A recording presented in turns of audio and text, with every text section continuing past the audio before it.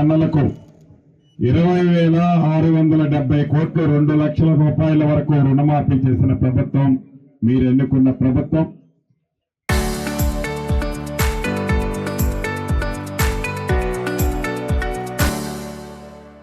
రైతు భరోసా కార్యక్రమం ద్వారా ప్రతి పంటకి ఎకరాకి 6,000 చొప్పున సంవత్సరానికి ప్రతి ఎకరాకి 12,000 ఇచ్చే కార్యక్రమాన్ని ఇస్తున్న ప్రభుత్వం మీరు ఎన్నుకున్న ప్రభుత్వం.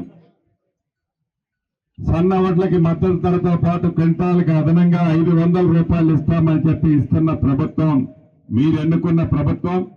ఈ సన్నడ్లని ఇతర ప్రాంతాలకు పంపించకుండా అదే సన్నడ్లని మిల్లు పట్టించి నా పేదింటి ఆడబిడ్డ కూడా సన్న బియ్యం తినాలని ఆ సన్న బియ్యాన్ని ఇస్తున్న ప్రభుత్వం మీరు ఎన్నుకున్న ప్రభుత్వం. అనేక రైతులకు సంబంధించిన పరికరాలని ఆనాటి ప్రభుత్వం ఇవ్వటం విస్మరిస్తే మీరు ఎన్నుకున్న ప్రభుత్వం వచ్చిన తర్వాత ఈ మధ్యనే పరికరాలన్నీ కూడా రైతన్నలకు ఇచ్చిన ప్రభుత్వం మీరు ఎన్నుకున్న ప్రభుత్వం. ఈ పండించిన పంటలన్నీ మొక్కలు కూడా అన్ని కేంద్రాలకు చేర్చాం.